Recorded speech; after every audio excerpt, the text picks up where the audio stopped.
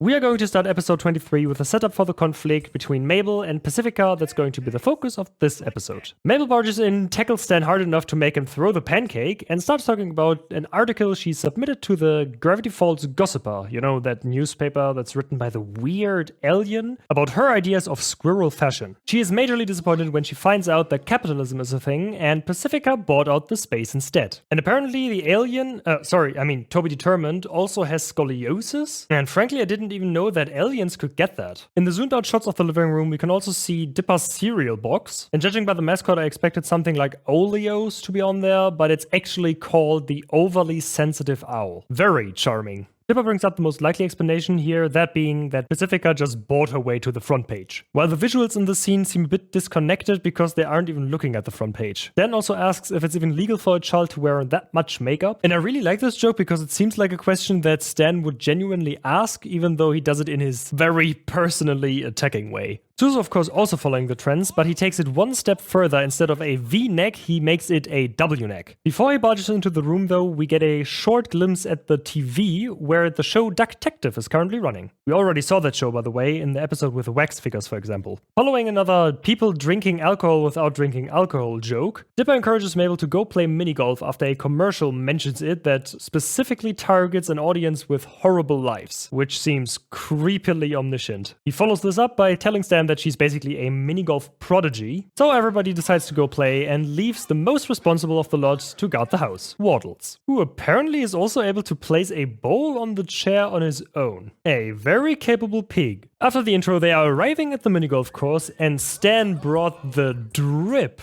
Got the shirt matching the fez and some golden bling that he, by the way, also wore while he was fighting Bertha. While we are panning over the course, we can see the grandpa with his grandkids again that we saw in episode 2. In front of the miniature castle, there's also a course, but it lacks any guidance, which seems really low budget. Besides Stan, Mabel also went for a different look, having her sweater bound around her waist, making her look a bit more like a tourist. Robbie is also around vandalizing a castle wall, but the king of minigolf is already trying to catch him on his royal steed.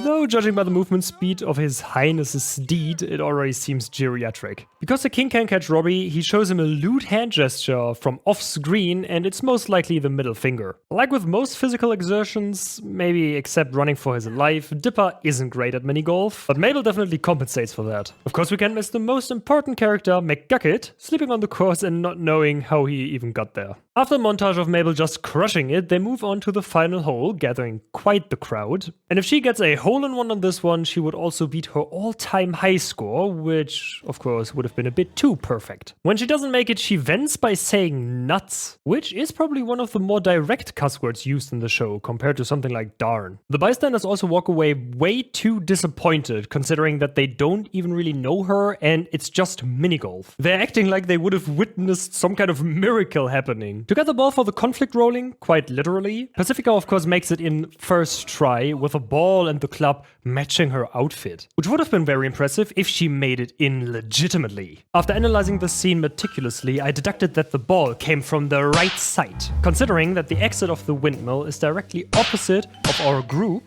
she must have hit it in there from the side. We are exposing a fraud! Of course, all of this doesn't really matter to the group, and when they look up, they look way too high up for someone to be even standing there. Maybe they saw a rare bird fly by. After they actually look in the right direction, we can analyze a few little details about Pacifica's parents. Mr. I have a chin but no visible mouth wears a shirt that's supposed to look like all of these other well-known pricey shirt brands. And Mrs. I don't know what sleep is and got stuck smooching the vacuum went with a live, laugh, love shirt. Interestingly, the mother is also the only one in the family to not wear the family initials anywhere on her clothes, compared to Pacifica, who has them on her shirt, and her dad has them on the cap. Of course, they start to be condescending right away, and Stan is ready to beat them into a pulp. And I'm 100% on his side. This family is absolutely insufferable most times. We then get a demonstration of them being rich enough to summon an Eastern European trainer right from the Shadow Realm, because he clearly wasn't there before. And weird Flex getting a hole-in-one on the bonus hole, but remember the volcano, because we haven't seen that one for the last time this episode. And the blast from the volcano seems a bit intense, like all of them should have probably lost their hearing. But that's enough build-up. We're finally getting into the real conflict when Mabel challenges Pacifica to a duel. Right after insulting her as a... Wait.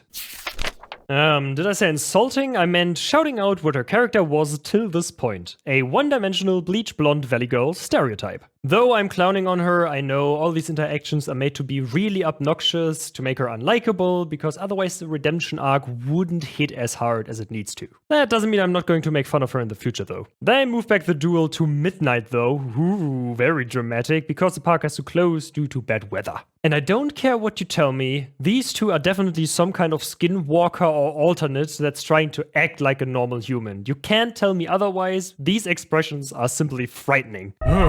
Another clue that points to this being true is that the dad also unnecessarily switched the watch from one arm to another while we weren't looking. And there's definitely no other explanation for this because the animation department would have of course remembered on which arm he had the watch earlier. But now we're switching locations to Hermanos Brothers, which translates to Brothers Brothers by the way, very original, where Stan drove into a wall but missed the purposely placed mark. Oh, and he also missed all the parking spaces. And from the inside through a window we can see the Northwest Manor, and for now it's just important to remember that the driveway doesn't fit the one that we'll see later in the episode, but I'll come back to that when we get there. Of course, Mabel already feels discouraged of this confrontation, but Dipper cheers her up and she starts daydreaming about roasting Pacifica with having beaten her in minigolf. Filled with courage from this completely fictional daydream and already being dressed up in a minigolf sweater, she becomes seriously rude and starts dancing around on the table. Well, let's just move on to them breaking into the minigolf park. While breaking in, Suze is keeping a watch with some seriously impressive equipment. Those are some night vision binoculars by the looks of it. And it's really weird that Stan already had those with him, but maybe he had plans for some other shenanigans. Before completely vanishing inside the park, Stan gives Mabel another sticker as encouragement, which becomes very important in a few minutes. Okay, I'm taking back the point that nuts was the worst swear yet. Mabel just said poop, so we got a new, officially worst swear in the series. Of course, the twins want to investigate the inside of the windmill after Dipper heard some noises from there, and they find the little Putchians who are rolling around balls, even though there are no new ones currently being hit into the windmill, but maybe they got some stored somewhere. Oh, by the way, they are also Dutch. The Dutch want to show the twins the way too complicated mechanism to transport the balls through the windmill, and also want to elaborate a bit more through a song, but against most shows for this age range, they deny the song request, and I like that they averted the expectations a bit in the scene. Because hot take, there's no need for an elaborate, way too long musical number every 5 minutes. Thank you, Gravity Falls. Another important turning point in this episode is Mabel critically looking at the rivalry between her and Pacifica. And to get her to that point, the show basically holds up a mirror and tells her, look how stupid you look, by introducing a rivalry between the little Putchian factions, the pirate, the French, they also speak nonsense French, and the knights with the inclusion of Robbie's graffiti. The nonsense French they use is just a few French words put together, which would translate to, I don't know what, holy cow, goodbye. So I'd advise against using that if any of you are ever in France. There are also two missing factions that we don't get introduced to for some reason, which are the miners and the cowboys. But we will get to see those later. After a really goofy battle between all the little Putchians, they decide to use the sticker that Mabel got from Stan as a trophy for the best faction, awarded to whoever helps her the most in winning against Pacifica. The map they are holding up right now also suggests that there are more factions than we get to see in this episode, but they aren't shown or even mentioned. To convince Mabel to commit to cheating because she's really concerned about it, Dipper probably drops one of the best quotes of the whole show. Pacifica is rich, she's cheating at life. Damn. After this bombshell, we are switching to Stan and Suze in the car, but we won't be staying for long because Suze is making the situation quite awkward. And the Northwests are also arriving. Sending off Pacifica right after her dad underlines the most important things in life once more. Northwests don't lose. Father of the year, right there. After this very endearing goodbye, Mabel and Pacifica finally meet, and Mabel says that she's got something up her sleeve when a little Dutch guy pokes his head out. And the only way Pacifica wouldn't have seen that is if she needs glasses, but she's not wearing them because Northwests don't lose. Even their eyesight, apparently. At the first hole they play, we get a short look at the cowboys, but that's basically it for the rest of the episode. They aren't relevant from here on out. The next hole we get to see is the pirate ship, where the pirates celebrate with root beer after helping Mabel. And in this short sequence, all of them look the same, with minor adjustments, like the color of the head or the bandanas,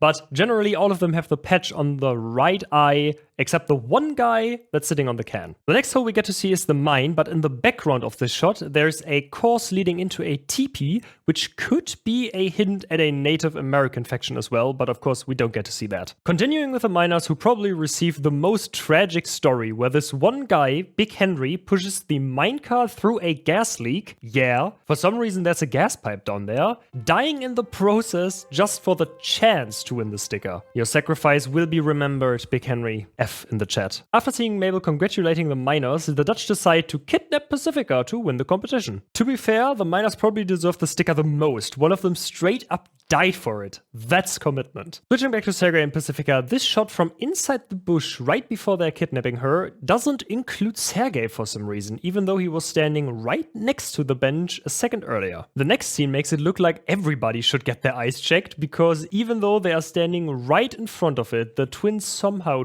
don't notice the Dutch putting Pacifica onto the treadmill leading to the windmill. Oh, by the way, the little dude is still in Mabel's sleeve, completely oblivious to what's happening on the outside. When Pacifica freaks out, something that is really weird is that she doesn't even acknowledge the existence of the tiny people with golf balls as heads. And spoiler alert, she doesn't for the rest of the episode. No questions, no nothing, she just takes it as it is. So yeah, the second season really stepped it up a notch when it comes to the violence, because they are straight up planning to kill Pacifica by shredding her with the windmill blades. The Dutch are also not the only ones who captured someone. The pirates also captured Sergei, but he's just a side character, so no one really cares. Moving on. Mabel now gives a speech about rivalries being stupid and just eats the sticker so nobody gets it. And the golf ball head's conclusion is cutting her open to get to the sticker would be a good course of action. I think Jigsaw might be able to learn a thing or two from these brutal little shits. When the little Putchians band together and start to charge at the twins, the lever turns magically on its own, setting the windmill into motion. But of course, Mabel saves Pacifica like she's freaking Indiana Jones, and together they putt away the Putchians. And I really don't know how, but Dipper somehow managed to drug up the royal steed because it now drives way faster than before. Of course, they have two giant swinging axes, and yes, they also drive fast enough to make it through the loop without losing anyone. Important. Right before the end, Mabel makes a clean putt into the bonus hole. I told you we would see it again. And they use the blast that should have probably obliterated them, but we already established in the dinosaur episode that they are kind of superhuman, to get to the parking lot. How exactly all of this upwards momentum helped here, I really don't know. How they even got through the door, even though it looked already closed earlier, I don't know either. Now we get to the part where I really have to say that Mabel has grown a lot through the time in Gravity Falls. Now owning up to her mistakes without any input from anyone, similar to the last episode when she apologized to Dipper on her own. She really came a long way from how she handled that stuff earlier in the show. I know, imagine. Character growth. And I have to hand it to Gravity Falls, I think they really stuck the landing with these scenes where they show how much a character really has grown until this point. Even though the show only covers a few weeks of the summer. Because Pacifica's parents absolutely suck at being parents, and Mabel is nice, they give her a ride home. And while driving, Stan sings a song about the headlights being off and that he can't really see where he's going. Ah, classic Stan, endangering everyone's lives just for the heck of it. And this following scene in the car is probably one of my favorite scenes in the whole show when it comes to characterization and characters interacting. Because it starts off a little awkward, but then Mabel finds some tacos in the trunk and wants to share them with Pacifica, who explains that she's normally not allowed to eat in the car or take handouts, and apparently also doesn't know what sharing is, but then in the end she does take the taco. It's a small scene, but it really conveys how Pacifica was messed up by her parents, and that Mabel just wants to be friendly when they are not constantly bickering. It's just a simple, short scene that conveys a lot of character.